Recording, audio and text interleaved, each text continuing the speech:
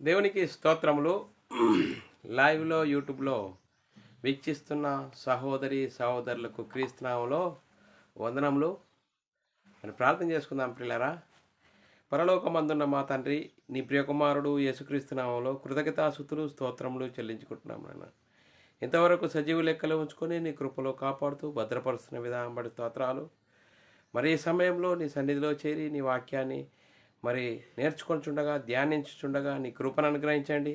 చెప్తుండగా నాకును, వింటున్న సహోదరి సహోదరులకు నీ కృపను అనుగ్రహించి వాక్యానుసారంగా మమ్మల్ని మేము సరిదిద్దుకుని నీకు మహిమ తెచ్చేవారంగా, ఘనత తెచ్చేవారంగా ఉండే ధన్యత భాగ్యం మా అందరికీ నీ అనుగ్రహించమని ముందున్న సమయం కూడా నీ చేతులకు అప్పచెప్తూ యేసుక్రీస్తు నామములో ప్రార్థన అడిగి వేడుకుంటున్నాం తండ్రి, ఆమెన్. సహోదరి సహోదరులందరూ ఎలా ఉన్నారు? సంఘానికి వచ్చిన మనం అందరము సంతోషంగా ఆనందంగా ఉన్నామా? మరి సంతోషంగా ఆనందంగా ఉండాలి. ఎందుకు సంతోషంగా ఆనందంగా ఉండాలి అంటే పిల్లరా, దేవుడు మనల్ని సజీవుల లెక్కలో ఉంచుకొని ఆయన సన్నిధిలోనికి నడిపించి ఆయనను ఆరాధించుకోవటానికి, ఆయన వాక్యాన్ని నేర్చుకొని వాక్యానుసారంగా మనము మన బ్రతుకు జీవితంలో వాక్యాన్ని అనుసరించి దేవునికి మహిమ తెచ్చేవారంగా, ఘనత తెచ్చేవారంగా ఉండడానికి దేవుడు ఇచ్చిన గొప్ప ధన్యత భాగ్యమును బట్టి దేవునికి కృతజ్ఞతాస్తుతులు స్తోత్రములు చెల్లించాలి. పిల్లరా, మరి సహోదరులమైన మనము ఒకరికొకరు వందనములు చెల్లించుకోవాలని బైబిల్లోని ఆత్మనియమము సూచిస్తుంది. దానిని మనము అర్థం చేసుకుంటూ అనుసరిస్తూ ముందుకు సాగుదాము. ప్రిలారా, మరి మనము ధర్మశాస్త్రము సంపూర్ణ వివరణ అనే అంశము నేర్చుకుంటున్నాం. పిల్లారా, ధర్మశాస్త్రము సంపూర్ణ వివరణ అనే అంశంలో మనము ఈరోజు మరి మరి మరో క్లాసు నేర్చుకుందాం. పిల్లారా, అన్ని జనుల దారిలోనికి వెళ్ళకుడి అని చెప్పిన యేసుక్రీస్తు మీరు బూదిగంతముల వరకు వెళ్ళి సమస్త జనులను శిష్యులుగా చేయుడని ఎందుకు చెప్పెను అనే అంశము. పిల్లారా, మరి ధర్మశాస్త్ర సంపూర్ణ వివరణ అనే అంశంలో మరి ఈ అంశము మరి సబ్-హెడ్డింగ్గా ఈ అంశంను నేర్చుకుందాం ఈరోజు. పిల్లారా, మరి ఈ అంశంను ఎందుకు నేర్చుకోవాలి అనేది మనం ఆలోచన చేసినట్లయితే పిల్లారా, మరి అన్ని జనుల దారిలోనికి వెళ్ళకూడని ఏ సమయంలో చెప్పాడు యేసుక్రీస్తు? మరి యేసుక్రీస్తు మీరు బోధిగంతములకు వెళ్ళి సమస్త జనులను శిష్యులుగా చేయుడని యేసుక్రీస్తు మరి ఎందుకు చెప్పాడు అనే అంశము. పిల్లారా, మరి ఈ మధ్యకాలంలో పిల్లారా, మరి ఇది రెండు ఒకటే సందర్భాలుగా చెప్పిన సందర్భం కాదు. మరి పిల్లారా, మరి మనం ఆలోచన చేయాలి. ఇది ఈ రెండు సందర్భాల మధ్యలో ఏం జరిగింది అనేది మనం ఆలోచన చేసినట్లయితే పిల్లారా, మరి వాక్యము ఏం చెప్తున్నది అనేది మనము వాక్యాన్ని పరిశీలన చేసినట్లయితే వాక్య ప్రకారంగా మనము పరిశీలన చేసుకుందాం. పిల్లారా, అందుకోసమే అన్ని జనుల దారిలోనికి వెళ్ళకుడి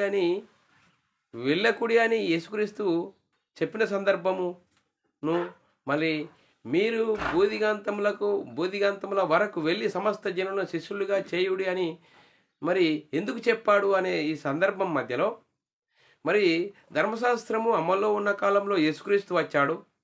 ఆ యేసుక్రీస్తు వచ్చి ధర్మశాస్త్రంకు లోబడ్డాడు.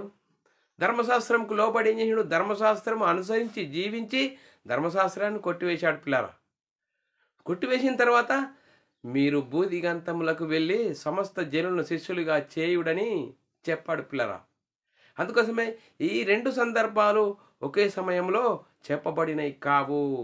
ఈ రెండు సందర్భాల మధ్య మరి ధర్మశాస్త్రం అనేది ఒకటి ఉన్నది. ఆ ధర్మశాస్త్రంకు లోబడి ఉన్నప్పుడు అన్ని జనుల దారునికి వెళ్ళకూడి అని చెప్పాడు. అదే మరి యేసుక్రీస్తు ధర్మశాస్త్రం అమల్లో ఉన్నప్పుడు యేసుక్రీస్తు ధర్మశాస్త్రంకు లోబడ్డాడు, ధర్మశాస్త్రం అనుసరించాడు, ధర్మశాస్త్రంను సిలువలో కొట్టివేసి మరి సర్వాధికారం పొందుకున్నాడు. సర్వాధికారం పొందుకున్న తర్వాత మీరు వెళ్ళి బోధిగంతములకు వెళ్ళి సమస్త జనులను శిష్యులుగా చేయుడని చెప్పాడు. పిల్లారా, అందుకోసమే పిల్లారా ఈ అంశము నేర్చుకుందాం. పిల్లారా, ఈ అంశము లేఖనానుసారంగా మనం నేర్చుకుందాం. పిల్లారా, ఈ అంశం చెప్పబడుతుండగా ఒక వ్యక్తిని గురించి కానీ, ఒక సంస్థను గురించి కానీ, ఒక సంఘమును గురించి కానీ మాకే తెలుసు మీకెవరికి తెలియదు అనే ఉద్దేశంతో కాదు. పిల్లారా, లేఖనాలు ఏం చెప్తున్నాయి, బైబిల్లోని వాస్తవాలు, బైబిల్లోని ఆత్మ సంబంధమైన సంగతులు ఇలా ఉన్నాయి అని ఆ నేర్చుకున్న దాన్ని అనేకులకు తెలియజేయడానికి దేవుడిచ్చిన గొప్ప ధన్యత భాగ్యమును బట్టి దేవునికి కృతజ్ఞతాస్తుతులు స్తోత్రములు చెల్లించబద్ధుడనై ఉన్నాను. పిల్లల మనము ఆలోచన చేయాలి. మరి ఆలోచన చేసినట్లయితే మూలవాక్యము మత్తయి సువార్త 10వ అధ్యాయం 5-6 వచనాల్లో ఏమని రాయబడ్డదంటే 12 మంది యేసుక్రీస్తు శిష్యులను ఏర్పరచుకొని మీరు అన్యజనుల దారిలోనికి వెళ్ళకుడి, సమరయుల ఏ పట్టణంలోనైనాను ప్రవేశింపకుడి, ఇజ్రాయేలీలు వంశంలో నశించుచున్న గొర్రెల యొద్దకు వెళ్ళుడని చెప్పాడు పిల్లరా. మరి ఇంకొక సందర్భం మనం ఆలోచన చేసినట్లయితే పిల్లరా, మరి ఈ సందర్భం చెప్పాడు. మరో సందర్భం ఏమైనా సర్వలోకానికి వెళ్ళి సర్వ సృష్టికి సువార్తను ప్రకటించమని ఎప్పుడంటే మత్తయి సువార్త చూడండి పిల్లరా. మరి చూడండి పిల్లరా, అపొస్తల కార్యంలో రాయబడ్డది. అపొస్తల కార్యంలో 1వ అధ్యాయం 8వ వచనంలో ఆయనను పరిశుద్ధాత్మ మీ మీదికి వచ్చినప్పుడు పరిశుద్ధాత్మ మీ మీదికి వచ్చినప్పుడు మీరు శక్తిని అందుదురు, మీరు యెరూషలేమును యూదయ సమరయ దేశంలో ఎంతట వరకు బూదిగంతముల వరకు మీరు సాక్షులై ఉందురు. చూడండి పిల్లరా, మరి ఈ సందర్భాన్ని మనం ఆలోచన చేసినట్లయితే చూడండి, ఈ 2 సందర్భాలు ఒకే సమయంలో చెప్పబడినవి కావు. మరి ధర్మశాస్త్రం అమల్లో ఉన్నప్పుడు చెప్పబడిన సందర్భము మీరు అన్ని జనుల దారిలోనికి వెళ్ళకూడని చెప్పాడు. మరి ధర్మశాస్త్రంకు లోబడి ధర్మశాస్త్రం అనుసరించి కొట్టివేసిన తర్వాత సర్వలోకానికి వెళ్ళండి, బూదిగంతముల వరకు వెళ్ళండి అని చెప్పాడు పిల్లరా. అందుకోసమే పిల్లరా, మనము లేఖనానుసారంగా బైబిల్ ఏం చెప్తుంది, బైబిల్లోని ఆత్మ సంబంధమైన సంగతులతో మనం ఆలోచన చేద్దాం పిల్లరా. చూడండి పిల్లరా, మరి మనల్ని అడుగుతారు, యేసుక్రీస్తుని ఎందుకు నమ్ముకున్నారు, యేసుక్రీస్తు ఏం చేశాడు అని చెప్తారు. ఏతు అడిగేదానికి సాత్వికంతో సమాధానం చెప్పుటకు ఎల్లప్పుడూ సిద్ధంగా ఉండాలని బైబిల్ చెప్తుంది పిల్లరా. మా ఇష్టం అని చెప్పడానికి వీల్లేదు. చూడండి పిల్లరా, మరి 1 పేతురు రాసిన పత్రిక 3వ అధ్యాయం 15వ వచనంలో రాయబడ్డది, నిర్మలమైన మనస్సాక్షి కలిగిన వారై మీలో ఉన్న నిరీక్షణను గురించి మిమ్మును ఏతు అడుగు ప్రతి వానికి సాత్వికంతోనూ భయముతోనూ సమాధానం చెప్పుటకు ఎల్లప్పుడూ సిద్ధముగా ఉండి మీ హృదయముల యందు క్రీస్తును ప్రభుగా ప్రతిష్ఠించుకొనుడి. ఎప్పుడు ప్రతిష్ఠించుకుంటామండి? యేసుక్రీస్తు ఎవరండి? యేసుక్రీస్తు దేవుని కుమారండి. యేసుక్రీస్తు ప్రభు అని విశ్వసించి యేసుక్రీస్తు నా పాపముల కోసం మరణించాడు, దేవుడు ఆయనను తిరిగి లేపాడు అని విశ్వసించి యేసుక్రీస్తు నామంలో బాప్తిసం పొందినప్పుడు నువ్వు అప్పుడు మరి ప్రభువును యేసుక్రీస్తును ప్రభువుగా హృదయంలో ప్రతిష్ఠించుకుంటావు. అందుకోసం ప్రతిష్ఠించుకున్నప్పుడు మన నిరీక్షణ ఏది?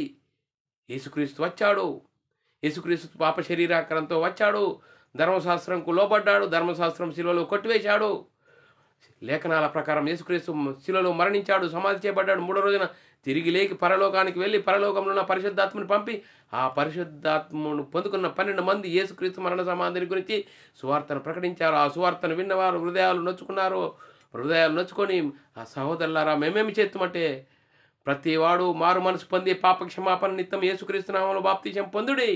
అప్పుడు క్రీస్తు మహిమను ధరించుకుంటావు. అప్పుడు నువ్వు క్రీస్తును ప్రభుగా హృదయంలో ప్రతిష్ఠించుకుంటావు.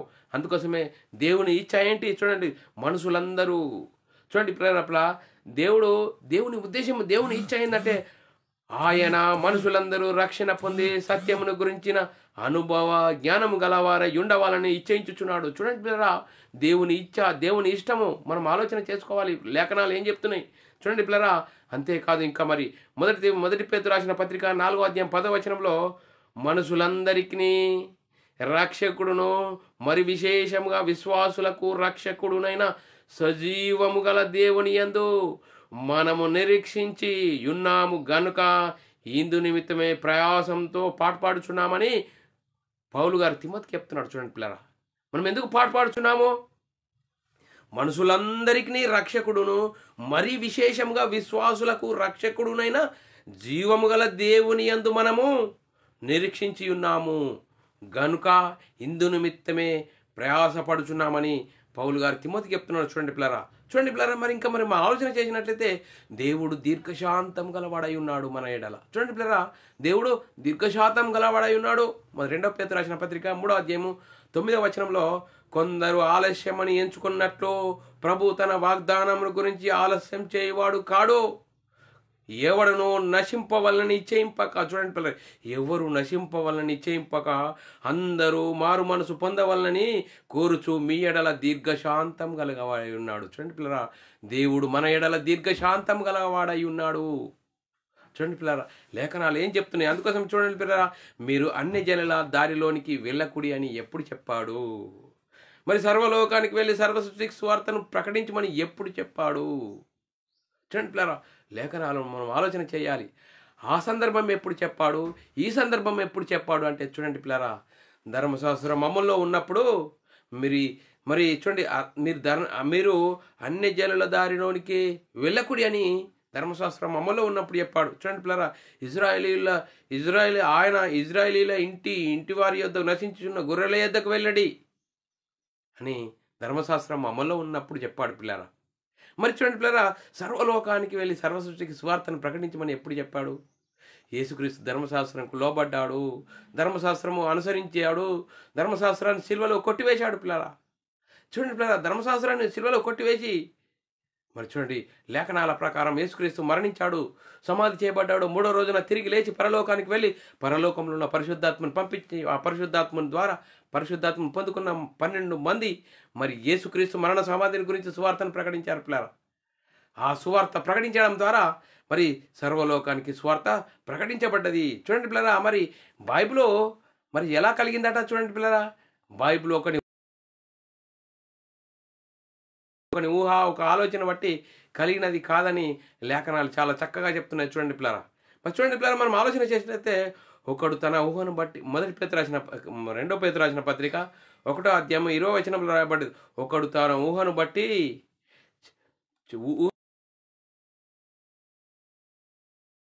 గ్రహించుకొనవలెను.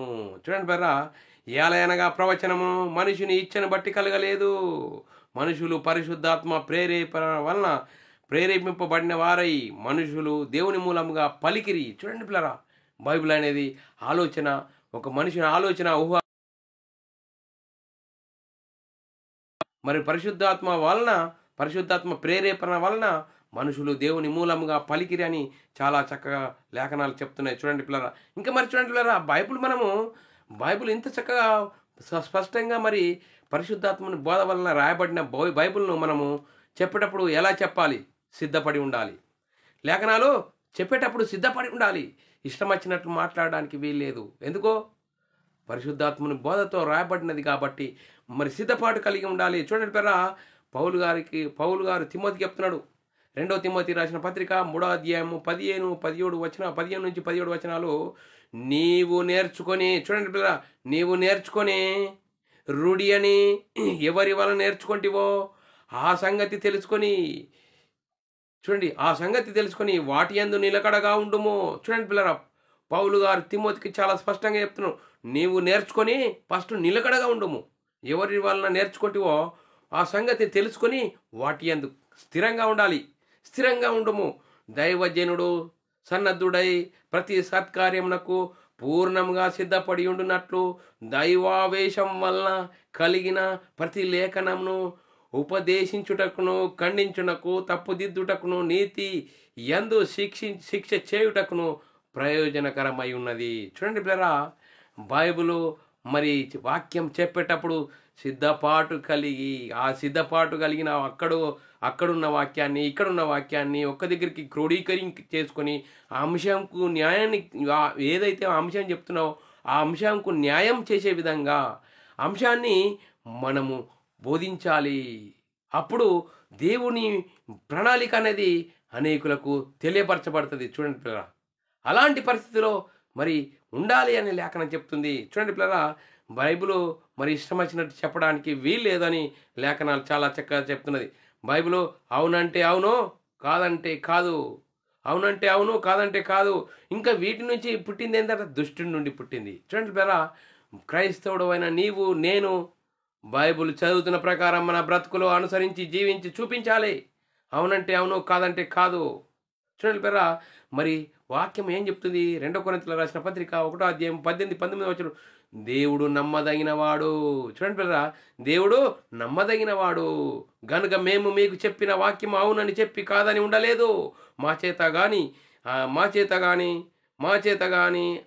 చేత అనగా నా సిలువను చేతను, చూడు, తిమోతి చేతను మీలో ప్రకటింపబడిన దేవుని కుమారుడైన యేసుక్రీస్తు అవునని చెప్పి కాదని ఉండలేదు. చూడండి పిల్లరా, బైబిల్ అవునంటే అవును, కాదంటే కాదు. అని ఉండాలి అని చెప్తున్నది చూడండి పిల్లరా. ఇంకా అంతేకాదు, మరి ఇష్టం వచ్చినట్టు చెప్పడానికి వీల్లేదని యాకోబు రాసిన పత్రికలో చెప్తున్నది. 5వ అధ్యాయం యాకోబు రాసిన పత్రిక 5వ అధ్యాయం 12వ వచనంలో, నా సహోదరులారా, ముఖ్యమైన సంగతి ఏదనగా ఆకాశం తోడని కానీ భూమి తోడని కానీ మరి దేని తోడని ఒట్టు పెట్టుకునవద్దు. మీరు తీర్పు పాలు పొందకుండానట్లు అవునంటే అవును, కాదంటే కాదని ఉండవలెను. చూడండి పిల్లరా, మీ మాట అవునంటే అవును, కాదంటే కాదని ఉండాలి. ఉన్నది ఉన్నట్లే బైబిల్లోని ఆత్మ సంబంధమైన సంగతులతోనే మనము ప్రకటించాలి అని లేఖనాలు చాలా చక్కగా చెప్తున్నాయి. చూడండి పిల్లరా, మనం ఆలోచన చేయాలి. మరి నీ మాట చూడండి. ఇంకంతేకాదు, రోమిల రాసిన పత్రిక 3వ అధ్యాయం 4వ వచనంలో ఏమని చెప్తుంది? నీ మాటల్లో నీవు నీతిమంతుడవని తీర్పు పొందినట్లును, నీవు వ్యాజ్యమాడినప్పుడు గెలిచినట్లు అని వ్రాయబడిన ప్రకారము ప్రతి మనుషుడు అబద్ధికుడు అవును గాని దేవుడు సత్యవంతుడు కాక తీరడు. చూడండి పిల్లరా, మనం ఏదైనా మాట్లాడితే మనం మాట గెలాలనుకుంటాం, కానీ దేవుడు సత్యవంతుడు కానీ అబద్ధమాడేవాడు కాడు అని లేఖనాలు చాలా చక్కగా చెప్తున్నాయి. చూడండి పిల్లరా, దేవుడు మన ఎడల దేవుని ఉచ్చ ఏంటి? ఎఫెసీయులకు రాసిన పత్రిక 1వ అధ్యాయం 4-6 వచనాల్లో చూడండి పిల్లరా, ఎట్లనగా తన ప్రియుని యందు తాను ఉచితముగా మనకు అనుగ్రహించిన తన కృపా మహిమకు కీర్తి కలుగునట్లు తన చిత్త ప్రకారమైన దయా సంకల్పము చొప్పున యేసుక్రీస్తు ద్వారా తన కుమారులుగా స్వీకరించుటకు మనలను ముందుగా తన కోసం నిర్ణయించుకొని మనము తన ఎదుట పరిశుద్ధులము నిర్దోషులమై ఉండవాలని జగత్తు పునాది వేయబడక మునిపే ప్రేమ చేత మనల్ని క్రీస్తులో ఏర్పరచుకున్నాడట. చూడండి పిల్లరా, ప్రేమ చేత మనల్ని క్రీస్తులో ఏర్పరచుకున్నాడు, తన ఎదుట పరిశుద్ధులము నిర్దోషులమై ఉండవాలనని. చూడండి పిల్లరా, ఎంత గొప్ప సంకల్పం కలిగి ఉన్నాడు. చూడండి పిల్లరా, అందుకోసమే మనుషులందరూ ఏ ఒక్కరు నశించడానికి దేవునికి ఇష్టం లేదు. అందరూ చూడండి పిల్లరా, ఆయన మనుషులందరూ రక్షణ పొంది సత్యమును గురించిన అనుభవ జ్ఞానం గలవారై ఉండవలనని నిశ్చయించుచున్నాడు. చూడండి పిల్లరా, మనుషులందరూ మరి అనుభవ జ్ఞానం గలవారై ఉండవాలని నిశ్చయించుచున్నాడని లేఖనాలు చాలా చక్కగా చెప్తున్నాయి. చూడండి పిల్లరా, ఇంకంతేకాదు, అపొస్తలుల కార్యంలో 10వ అధ్యాయం 34 నుంచి 36 వచనంలో దేవుడు పక్షపాతి కాడు. చూడండి పిల్లరా, దేవుడు పక్షపాతి కాడు. చూడండి, నిజముగా గ్రహించి ఉన్నాను, దేవుడు పక్షపాతి కాడు. కొర్నేలు చెప్తున్నాడు. చూడండి పిల్లరా, మరి కొర్నేలు ఇంటి ఎద్దర పేతురు గారు చెప్తున్నాడు. చూడండి పిల్లరా, కొర్నేలు పేతురు గారిని పిలిపించినప్పుడు పేతురు గారు ప్రసంగం చేసేటప్పుడు దేవుడు పక్షపాతి కాడని నిజంగా గ్రహించి ఉన్నాను. ప్రతి జనములోనూ చూడండి పిల్లరా, ప్రతి జనములోనూ ఆయనకు భయపడి నీతిగా నడుచుకొని వానిని ఆయన అంగీకరించును. చూడండి పిల్లరా, ప్రతి జనములోనూ దేవునికి భయపడే జనాలు ఉంటారు అని లేఖనాలు చాలా చక్కగా చెప్తున్నాయి. యేసుక్రీస్తు అందరికీ ప్రభువు, ఆయన ద్వారా సమాధానకరమైన సువార్త ప్రకటించి ఇజ్రాయేలుకును పంపిన వర్తమానం మీరు ఎరుగుదురు. చూడండి పిల్లరా, యేసుక్రీస్తు ద్వారా ఏం పంపాడు? సమాధాన సువార్త. అందుకోసమే ఏ ఒక్కరు నశించిపోవడానికి దేవునికి ఇష్టం లేదు. చూడండి పిల్లరా, దుష్టులు మరణం నొందుట దేవునికి ఇష్టం లేదు. చూడండి పిల్లరా, యెహెజ్కేలు గ్రంథము 18వ అధ్యాయం 23వ వచనంలో మరి వాక్యం చెప్తున్నది, దుష్టులు మరణం నొందుట చేత నాకెంత మాత్రము సంతోషము కలుగునా. చూడండి పిల్లరా, దుష్టులు మరణించడం నాకు సంతోషమా? వారు తమ ప్రవర్తన దిద్దుకొని బ్రతుకుటయే నాకు సంతోషము. ఇది ప్రభువు యెహోవా వాక్కు. చూడండి పిల్లరా, దుష్టులు మరణించకూడదు, వారు వారు తన ప్రవర్తనను చక్కదిద్దుకొని నా ఎదుట చక్కగా నడుకోవాలని నా ఉద్దేశము అని దేవుడు చెప్తున్నాడు. చూడండి పిల్లరా, మనం ఆలోచన చేయాలి. ఆలోచన చేస్తే 2 కొరింథీయులకు రాసిన పత్రిక 5వ అధ్యాయం 19వ వచనంలో, అదేమనగా దేవుడు వారి అపరాధములను వారి మీద మోపక, చూడండి పిల్లరా, దేవుడు వారి అపరాధములను వారి మీద మోపక క్రీస్తునందు లోకమును తనతో సమాధాన పరుచుకును ఆ సమాధాన వాక్యము మాకు అప్పగించాడు అని పౌలు గారు కొరింథీ సంఘం చెప్తున్నాడు. సమాధాన సువార్తను మాకు అప్పగించాడు. మేమేం చెప్తున్నాము? సర్వలోకానికి వెళ్ళి సర్వసృష్టికి సువార్తను ప్రకటిస్తున్నామని పౌలు గారు చెప్తున్నాడు. సువార్తలో ఏముంది? సువార్తలో దేవుని శక్తి ఉంది. దేవుని శక్తి ఏం చెప్తుంది? నేను మనమై ఉన్న ఆత్మను రక్షింపచేస్తుందండి. చూడండి పిల్లలు, మరి అంతేకాదు, అందరూ మరి దేవుడు దీర్ఘశాంతం గలవాడై ఉన్నాడు. దేవుడు దీర్ఘశాంతం గలవాడై ఉన్నాడు అని 2 పేతురు రాసిన పత్రిక 3వ అధ్యాయం 9వ వచనంలో రాయబడి ఉన్నది. కొందరు ఆలస్యమని ఎంచుకొనుచున్నట్లు ప్రభు తన వాగ్దానమును గురించి ఆలస్యం చేయువాడు కాడు, గాని ఎవడు నశింపవలనని చేయింపక అందరూ మారు మనసు పొందవలనని కోరుచు మీ ఎడల దీర్ఘశాంతం గలవాడై ఉన్నాడు. చూడండి పిల్లరా, దీర్ఘశాంతం గలవాడై ఉన్నాడు దేవుడు మన ఎడల. అందుకోసమే దేవుడు లోకమును ఎంతో ప్రేమించెను. ఎంతో ప్రేమించాడంటే చూడండి పిల్లరా, దేవుడు లోకమును ఎంతో ప్రేమించాడంటే దేవుడు నీకంటే నాకంటే ముందు అన్ని పంచభూతాలను అన్ని పెట్టి తర్వాత మనల్ని భూమి మీదకి రంగప్రవేశం చేశాడు పిల్లరా. మనం తేరగా అనుభవిస్తున్నామే. ఎప్పుడైనా దేవుడా తండ్రి నువ్వు నాకు ఇది ఇచ్చావు అది ఇచ్చావు అని దేవునికి కృతజ్ఞతాస్తుతులు స్తోత్రం చెల్లిస్తున్నామా? అంతేకాదు చూడండి పిల్లరా, ఇవన్నీ ఇవ్వడమే కాకుండా చూడు, నువ్వు దేవుని మాట వినకపోక అపరాధంలో పడి సాతాను బంధకాల్లో ఉన్న నిన్ను విడిపించడానికి దేవుడు తన సొంత కుమారుణ్ణి పాప శరీరాకారంతో నేను ఏ విధంగా శరీరం ధరించుకున్నామో ఇలాంటి శరీరం ధరింపజేసుకొని ఆయన శరీరమునందు పాపమునకు శిక్ష విధించెను. చూడండి పిల్లరా, ఆయన శరీరముందు పాపమునకు శిక్ష విధించెను. అందుకోసమే దేవుడు లోకమును ఎంతో ప్రేమించాడంటే నిన్ను రక్షించాలని తన ప్రియ కుమారుణ్ణి ఇవ్వడానికి వెనుక చేయలేడండి దేవుడు. అందుకోసమే పిల్లల, దేవుడు లోకమును ఎంతో ప్రేమించాడంటే నిన్ను రక్షించాలని. చూడండి, సమస్తమును నీకంటే ముందు పంచభూతాలను కలగజేసి ఆ తరువాత నువ్వు దేవుని మాటను మీరి నీ ఇష్టానుసారమైన జీవితం జీవిస్తూ అపరాధంలో పడ్డప్పుడు దేవుడు కాలము పరిపూర్ణమైనప్పుడు దేవుడు తన సొంత కుమారుని పాప శరీరాకారంతో పంపి ఆయన శరీరం నందు పాపమునకు శిక్ష విధించెను. చూడండి బ్రదర్, యేసుక్రీస్తు ఏ పాపము చేయలేదు. చూడండి బ్రదర్, నా పాపాల కోసం, లోకంలో ఉన్న వారందరి పాపాల కోసం పాపాలు తీసివేయడానికి యేసుక్రీస్తు పాప శరీరాకారం నాలాంటి శరీరం ధరించుకొని దేవుని చిత్తాన్ని నెరవేర్చి శిలువ యాగం పొందాడు పిల్లరా. శిలువ తన ప్రాణాన్ని పెట్టాడు, శిలువలో తన రక్తాన్ని కార్చాడు. ఆ రక్త ద్వారాల ద్వారా నేను పాపిని అని మన పాపాలను ఒప్పుకొని యేసుక్రీస్తు దేవుని కుమారుడు, యేసుక్రీస్తు ప్రభు అని విశ్వసించి యేసుక్రీస్తు నామంలో బాప్తీసం పొందితే అప్పుడు దేవుని కుమారులము, దేవుని ఇంటి వారణం, పరలోక వారసులమండి. దేవుని ప్రేమ చూడండి. దేవుడు అందుకోసమే దేవుడు లోకమును ఎంతో ప్రేమించెను. ఎంతో అంటే నిన్ను రక్షించాలని తన సొంత కుమారుని ఇవ్వడానికి వెనుక తీయలేదు. చూడండి పిల్లరా, యోహాను సువార్త చూడండి పిల్లరా. ఇంకా యోహాను సువార్త యేసుక్రీస్తు జీవించిన కాలంలో మరి నాకు గొర్రెలు ఉన్నాయి, వేరే గొర్రెలు కూడా నా స్వరం వినాలి అంటున్నాడు. యోహాను సువార్త 10వ అధ్యాయం 16వ వచనంలో ఈ దొడ్డివి కానీ వేరే గొర్రెలు నాకు కలవు. చూడండి పిల్లరా, మరి యేసుక్రీస్తు ధర్మశాస్త్రంలో ఉన్నప్పుడు ఇజ్రాయిల్కి సువార్త ప్రకటించాలి. అవే వాటి యేసుక్రీస్తు గొర్రెలు, ఇంకా వేరే గొర్రెలు అంటుండు. వేరే గొర్రెలు అంటే చూడండి, అన్ని జనులైన వారు వాటిని కూడా నాతో తోడుకొని పోవాలని అవి నా స్వరము వినును. అప్పుడు మంద ఒకటి అగును. ఎప్పుడొకటైతుందండి మంద? యేసుక్రీస్తు ధర్మశాస్త్రంకు లోబడ్డాడు. ధర్మశాస్త్రం అందరినీ పాపములో బంధించింది. ఆ బంధించిన ధర్మశాస్త్రాన్ని యేసుక్రీస్తు శిలువలో కొట్టివేయడం ద్వారా సర్వలోకానికి వెళ్ళి సర్వ సృష్టికి సువార్తను ప్రకటించి బూదిగంతముల వరకు వెళ్ళి సమస్త జనులను శిష్యులుగా చేయుడి.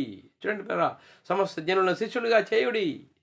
ఇంకంతేకాదు చూడండి పిల్లరా, రోమీల రాసిన పత్రిక 4వ అధ్యాయం 9 నుంచి 13 వచనాల్లో ఈ ధన్యవచనము ఎవరి గురించి రాయబడ్డది అని చెప్తున్నాడు. ఈ ధన్యవచనము సున్నతి గల వారిని గురించి చెప్పబడినదా, సున్నతి లేని వారి గురించి కూడా చెప్పబడినదా? అబ్రాహాము యొక్క విశ్వాసము అతనికి నీతిగా ఎంచబడుచున్నాము కదా. మంచిది. అది ఏ స్థితి యందు ఎంచబడెను? సున్నతి కలిగి ఉన్నప్పుడా, సున్నతి లేనప్పుడా?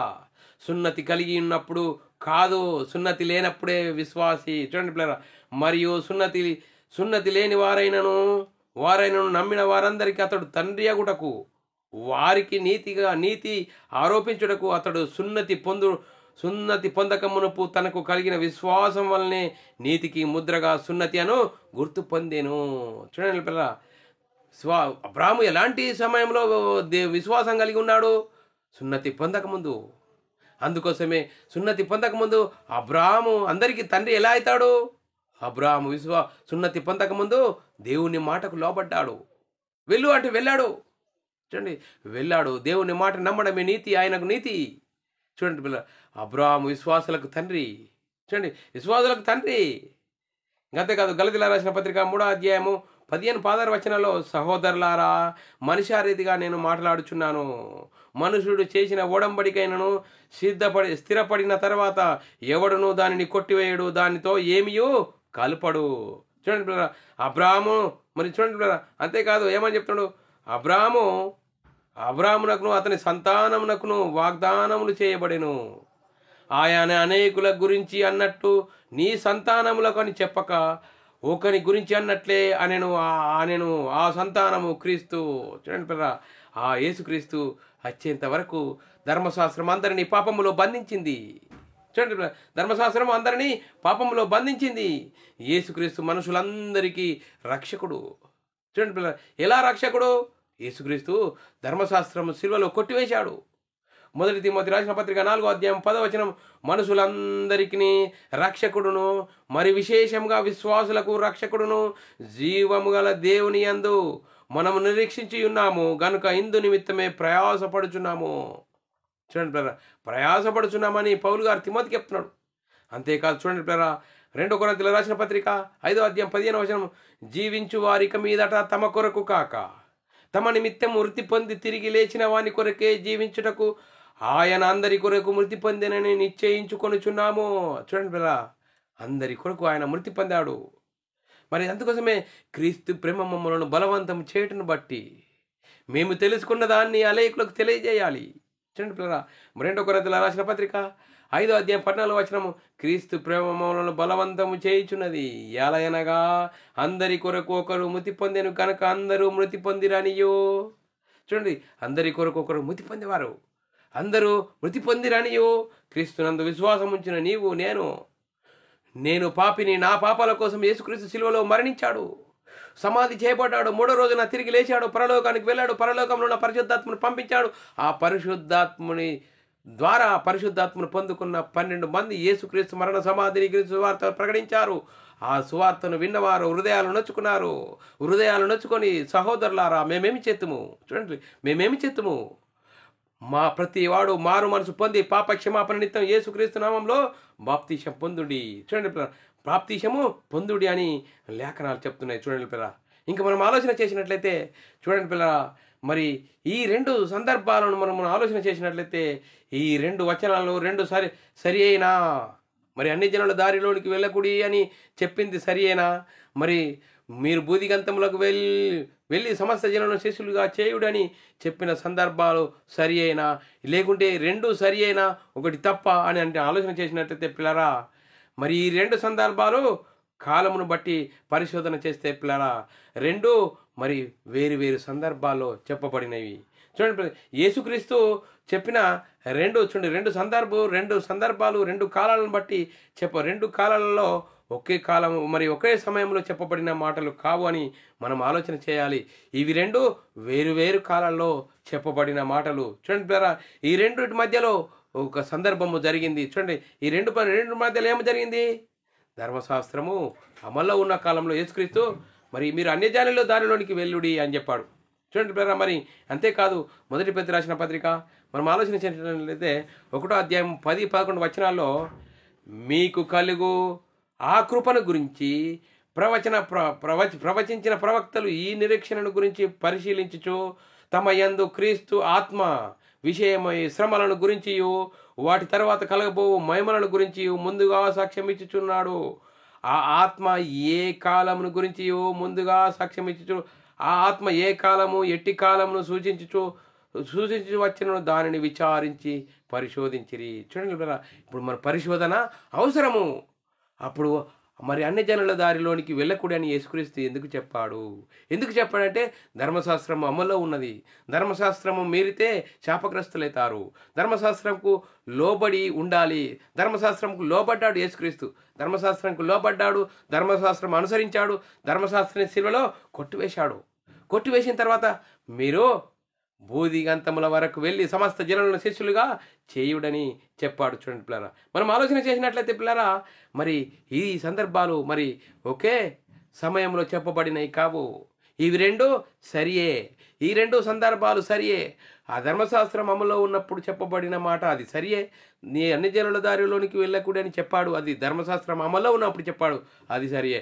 ఇది రెండో మాట, మీరు బూదిగంతములకు వెళ్ళి సమస్త జనులను శిష్యులుగా చేయుడని చెప్పాడంటే ధర్మశాస్త్రము లోబడ్డాడు, ధర్మశాస్త్రం అనుసరించాడు, ధర్మశాస్త్రం శిలువలో కొట్టివేసి మరణించి సమాధి చేయబడి మూడో రోజున తిరిగి లేచి పరలోకానికి వెళ్ళి తిరిగి వచ్చి సర్వాధికారం పొందుకున్న తర్వాత మీరు సర్వలోకానికి వెళ్ళి సర్వ సృష్టికి సువార్తను ప్రకటించమన్నాడు.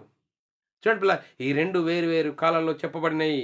అందుకోసమే ఈ రెండు సందర్భాలు సరియే, మనం ఆలోచన చేయాలి. చూడండి పిల్ల, మనం ఆలోచన చేసినట్లయితే మనం ఆలోచన చేసినట్లయితే ఒకనాడు ఇజ్రాయేలీలు ఉన్నారు, అన్ని జనులు ఉన్నారు.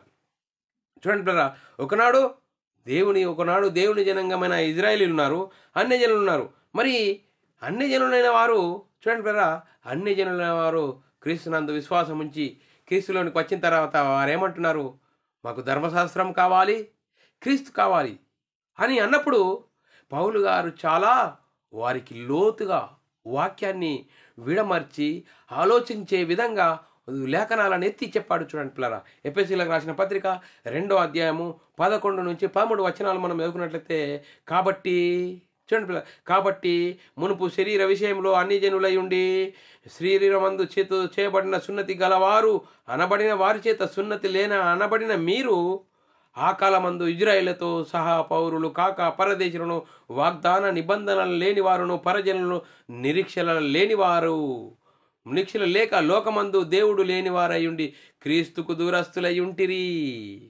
మీరు జ్ఞాపకం చేసుకోండి, ఒకప్పుడు మీ పరిస్థితి ఏమైంది అని పౌలు గారు ఎఫెసీ సంఘంతో మాట్లాడుతున్నాడు. చూడండి పిల్లరా, మొదటి శతాబ్దంలో ఇజ్రాయేలీల వారు, అన్ని జనులైన వారు క్రీస్తులోనికి వచ్చిన తర్వాత వారి పరిస్థితి ఏమంటున్నాడు? ఈ ధర్మశాస్త్రం కావాలి, ఈ క్రీస్తు కావాలి అనే వారితో మరి చెప్తున్న సందర్భం చూడండి పిల్లరా. మరి ఒకప్పుడు మీ పరిస్థితి ఏమైంది, ఒకప్పుడు మీ పరిస్థితి ఎలా ఉండేను అని అయినను 13వ వచనం, అయినను మునుపు దూరస్తులైన మీరు ఇప్పుడు క్రీస్తు రక్త వల్ల సమీపస్తులై ఉన్నారు.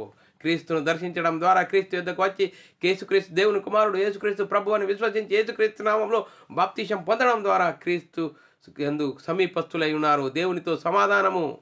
చూడండి పిల్లలు, మనం ఆలోచన చేసినట్టయితే యోహాను సువార్త 7వ అధ్యాయము 49వ వచనంలో, అయితే ధర్మశాస్త్రం మెరుగని ఒకప్పుడు ధన్యజనుల పరిస్థితి ఏందట? ధర్మశాస్త్రం మెరుగని ఈ జన సమూహము శాపగ్రస్తమైనది వారితో చెప్పిరి. చూడండి పిల్లలు, ఒకనాడు దేవుని లేని జనులు అయిన వారు ధర్మశాస్త్ర కాలంలో శాపగ్రస్తులు, దేవుడు లేనివారు, ధర్మశాస్త్రం లేనివారు శాపగ్రస్తులు.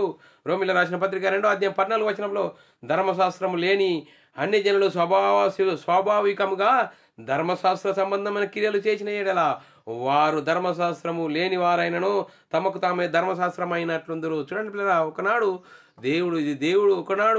దేవుడు కలిగిన జనులు ఇజ్రాయేలీలు, మరి వారు ధర్మశాస్త్రం వారికి ఉన్నది. ధర్మశాస్త్రం లేని వారు ఎలా శాపగ్రస్తులు అవుతారు అంటే, వారు కూడా ధర్మశాస్త్రం లేకున్నాను ధర్మశాస్త్ర సంబంధమైన స్వభావం క్రియలు చేస్తే వారు నీతిమంతులైతారు.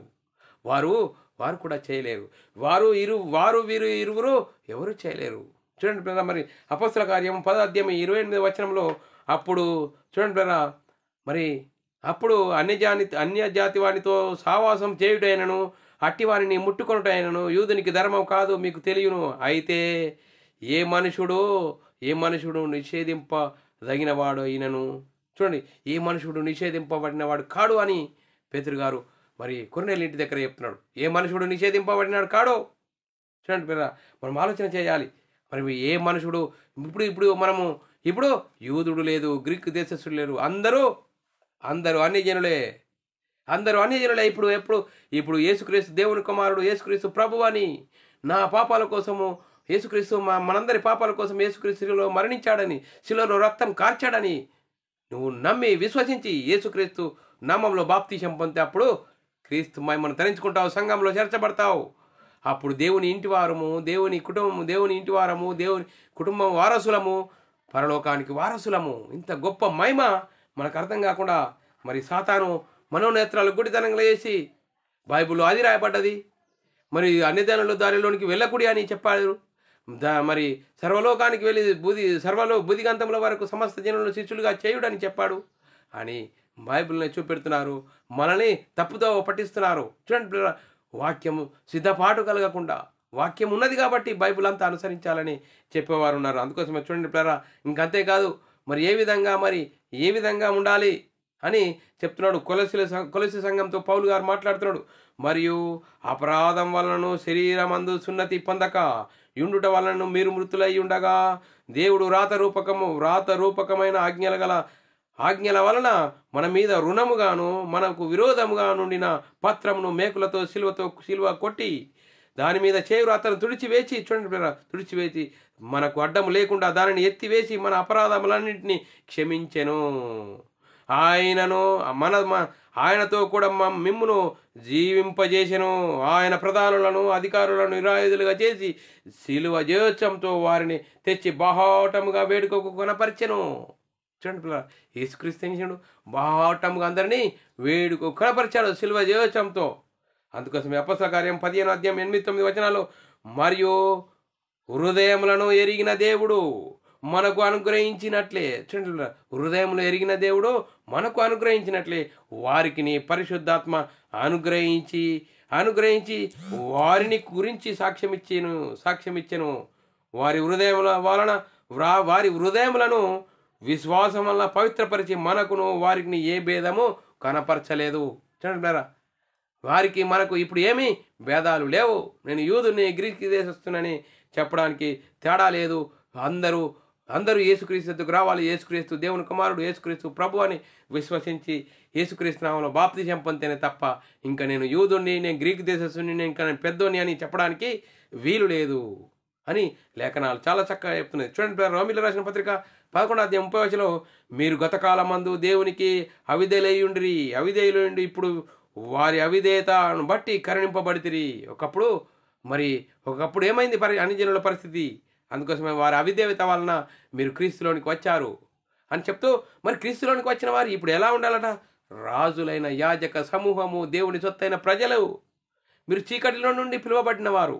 1 పేతురు రాసిన పత్రిక 2:9-10 అయితే క్రీస్తును విశ్వసించిన నీవు నేను ఇప్పుడు ఎలాంటి వారమాట? అయితే మీరు చీకటిలో నుండి ఆశ్చర్యకరమైన తన వెలుగులోనికి మిమ్మును పిలిచిన వాని గుణాతిశయంలో ప్రచురం చేయు నిమిత్తము ఏర్పరచబడిన వంశమును, రాజులైన యాజక సమూహమును, పరిశుద్ధ జనమును, దేవుని సొత్తైన ప్రజలై ఉన్నారు. ఒకప్పుడు ప్రజగా ఉండక ఇప్పుడు దేవుని ప్రజ అయితిరి. ఒకప్పుడు కనికరింపబడక ఇప్పుడు కనికరింపబడితిరి. చూడండి, ఒకప్పుడు పరిస్థితి ఏంది, ఇప్పుడు పరిస్థితి ఏంది? చూడండి, క్రీస్తులోనికి వచ్చిన తర్వాత నీ పరిస్థితి ఇప్పుడు మారిపోయింది. తెస్సలోనికి రాసిన పత్రిక 1 రాసిన పత్రిక 4:4-5 మీరు పరిశుద్ధులగుటయే అనగా జారత్వమునకు దూరముగా ఉండుటయే దేవుని చిత్తము. మీలో ప్రతివాడు దేవుని ఎరగని అన్యజనుల వలె కామాభిలాషలయందు కాక, చూడండి, వాటన్నిటికీ దూరముగా ఉండాలి. వాక్యం బైబిల్లోని ఆత్మ సంబంధమైన సంగతులతో మరి మన ఆత్మీయ జీవితమును కొనసాగించాలి. చూడండి పిల్లరా, అందుకోసమే అన్యజనుల దారిలోనికి వెళ్ళకుడి అని చెప్పిన యేసుక్రీస్తు మీరు బూదిగంతముల వరకు వెళ్ళి సమస్త జనులను శిష్యులుగా చేయుడని ఎందుకు చెప్పాడు అనే మరి అంశము మనం నేర్చుకుందాం పిల్లరా. ఈ 2 సందర్భాలు ఒకే కాలంలో చెప్పబడినవి కావు. ఇది మరి అన్యజనుల దారిలోనికి వెళ్ళకుడి అని చెప్పిన సందర్భము ధర్మశాస్త్రం అమల్లో ఉన్నప్పుడు చెప్పాడు, అది కరెక్టే. మరి ధర్మశాస్త్రము అమల్లో ఉన్నప్పుడు ధర్మశాస్త్రం యేసుక్రీస్తు వచ్చాడు, ధర్మశాస్త్రంకు లోబడ్డాడు, ధర్మశాస్త్రం అనుసరించాడు. ధర్మశాస్త్రము అందరినీ పాపములో బంధించిన వారందరినీ విడిపించడానికి యేసుక్రీస్తు ధర్మశాస్త్రాన్ని శిలువలో కొట్టివేశాడు. యేసుక్రీస్తు శిలువలో రక్తం కార్చాడు. యేసుక్రీస్తు మరణించాడు, లేఖనాల ప్రకారం మరణించాడు, సమాధి చేయబడ్డాడు, 3వ రోజున తిరిగి లేచి భూమి మీదను పరలోకమందును భూమి మీదను అన్నిటి సర్వాధికారం నాకు ఇవ్వబడ్డది. అందుకోసమే సర్వాధికారం ఇవ్వబడ్డది కాబట్టి మీరు బూదిగంతముల వరకు వెళ్ళి సమస్త జనులను శిష్యులుగా చేయుడని చెప్పాడు. ఈ సందర్భం కూడా కరెక్టే పిల్లరా. చూడండి పిల్లరా, లేఖనాలను ఇలా పరిశోధన చేస్తూ ఉన్నప్పుడు బైబిల్లోని అంతర్యము, బైబిల్లోని వాస్తవాలు ఎంత వెలుగులోకి వస్తున్నాయి చూడండి పిల్లరా. అందుకోసమే దైవజనుడు సన్నద్ధుడై ప్రతి సత్కార్యమునకు సిద్ధపడి ఉండాలి. బైబిలు ఇష్టం వచ్చినట్లు చెప్పడం కాదు. బైబిల్లో ఇష్టం వచ్చినట్లు చెప్తే తీర్పు పాలవుతావు అని లేఖనాలు చెప్తున్నాయి. తీర్పులోనికి వస్తావు. చూడండి పిల్లల, తీర్పులోనికి వస్తావు. మరి చూడండి పిల్లల, సాతాను అనేకులను నీతి పరిచారకులను వాడి సాతాను ఈరోజు క్రైస్తవ సమాజంలో వాడి పరిచారకులకు నీతి పరిచారకుల వేషం ధరింపజేసుకొని మరి వాడి ఇష్టం వచ్చినట్టు చెప్తున్నాడు. బైబిల్ ఎవరు ఇష్టం వచ్చినట్లు వారు చెప్తున్నారు. బైబిల్ నేర్చుకోవాలి, థియాలజీ నేర్చుకోవాలి. థియాలజీ నేర్చుకొని బైబిల్లోని ఆత్మ సంబంధమైన సంగతులతో వాక్యాన్ని మరి విడమర్చి లోతు వాక్యంలో ఉన్న ఆంతర్యాన్ని గమనించి బైబిల్లోని ఆత్మ సంబంధమైన సంగతులతో బోధించి మనమందరము దేవుని ఇష్టాన్ని నెరవేర్చాలి. దేవునికి మహిమపరిచే విధంగా ఉండాలి. అలా కాకుండా బైబిల్లోని వాక్యాన్ని కలిపి చెరిపి సాతాను అనేకులను వాడి నీతి పరిచారకుల వేషం ధరింపజేసుకొని నాకు పరిశుద్ధాత్మ వచ్చింది అని చెప్తున్నాడు. ఇష్టం వచ్చినట్లు చెప్తున్నారు వాక్యం. అలా కాకుండా అలా చెప్తే తీర్పు పాలవుతామని లేఖనాలు చెప్తున్నాయి. సాతాను అనేకులను వాడి పరిచారకులు నీతి పరిచారకుల వేషం వేసి వాడికి సిద్ధపరిచిన నరకానికి తీసుకెళ్తున్నాడు. చాలా భయంకరమైన పరిస్థితిలో నేటి క్రైస్తవ సమాజం ఉన్నదని ఈరోజు జరుగుతున్న పరిస్థితులు బట్టి మనము లేఖనాలను బట్టి మనం చెప్తున్నాం. పిల్లారా, ఎవరిని కించపరచాలని కాదు, ఎవరిని నిందించాలని కాదు. లేఖనాలు థియాలజీ నేర్చుకోవాలి, బైబిల్ నేర్చుకొని అప్పుడు బోధ చేయడం వల్ల మనము వాక్యంకు లోబడతాం. బైబిల్లోని ఆత్మ సంబంధమైన సంగతులకు బయటకు వెళ్ళిపోము. బైబిల్లోని ఆత్మ సంబంధమైన సంగతులు చెప్పి వాక్యంకు భయంతో వణుకుతో మన సొంత రక్షణను కాపాడుకొని మనం జీవిస్తాం. పిల్లారా, అలాంటివి జీవించి మనమందరము దేవునికి మహిమ తెచ్చేవారంగాను ఘనత తెచ్చేవారంగా ఉంటూ ముందుకు సాగుదాం. ఇంతవరకు చెప్పబడిన లేఖనాలు ప్రతి ఒక్కరి హృదయంలో నీరుగట్టి ఫలింప చేయనుగాక. ఆమెన్. అందరికీ వందనములు, దేవునికి స్తోత్రములు. పిల్లారా, ప్రార్థన చేసుకుందాం. పరలోకమందున మా తండ్రి, నీ ప్రియకుమారుడు యేసుక్రీస్తు నామములో కృతజ్ఞతాస్తుతులు స్తోత్రం చెల్లించుకుంటున్నాం నాయన. ఇంతవరకు సజీవులుగా ఉంచి మరి అన్ని జనుల దారిలోనికి వెళ్ళకుడి, మరి బూదిగంతముల వరకు వెళ్ళి సర్వలోకానికి వెళ్ళి సమస్త జనులను శిష్యులుగా చేయుడని సందర్భాలను బట్టి ఎన్నో లేఖనాల ద్వారా నేర్చుకున్న దాన్ని విని విడిచిపెట్టు వారం కాకుండా విన్న మాటలు అనేకులకు ప్రకటించి నీ నామానికి మహిమ ఇచ్చేవారంగా ఉండుటకు గొప్ప ధన్యత భాగ్యం అందరికీ అనుగ్రహించినందుకు స్తోత్రం చెల్లించుకుంటూ యేసుక్రీస్తు నామములో ప్రార్థన అడిగి వేడుకుంటున్నాం తండ్రి. ఆమెన్. మరి సహోదరులందరికీ వందనములు, దేవునికి స్తోత్రాలు. ప్రిలారా, ఇలాంటి అంశాలు వినాలనుకుంటున్నారా? యూట్యూబ్ ఛానల్లో BW academy, bible wisdom academy బేరాన్ని సబ్స్క్రైబ్ చేసుకోండి. మీరు వినండి, అనేకులకు షేర్ చేయండి. మీ వ్యక్తిగత ప్రార్థనలో మా పరిచర్య నిమిత్తం ప్రార్థనలో జ్ఞాపకం చేసుకోవాల్సినదిగా క్రీస్తు ప్రేమను బట్టి బతిమాలుకొచ్చున్నాను. అందరికీ వందనములు, దేవునికి స్తోత్రాలు.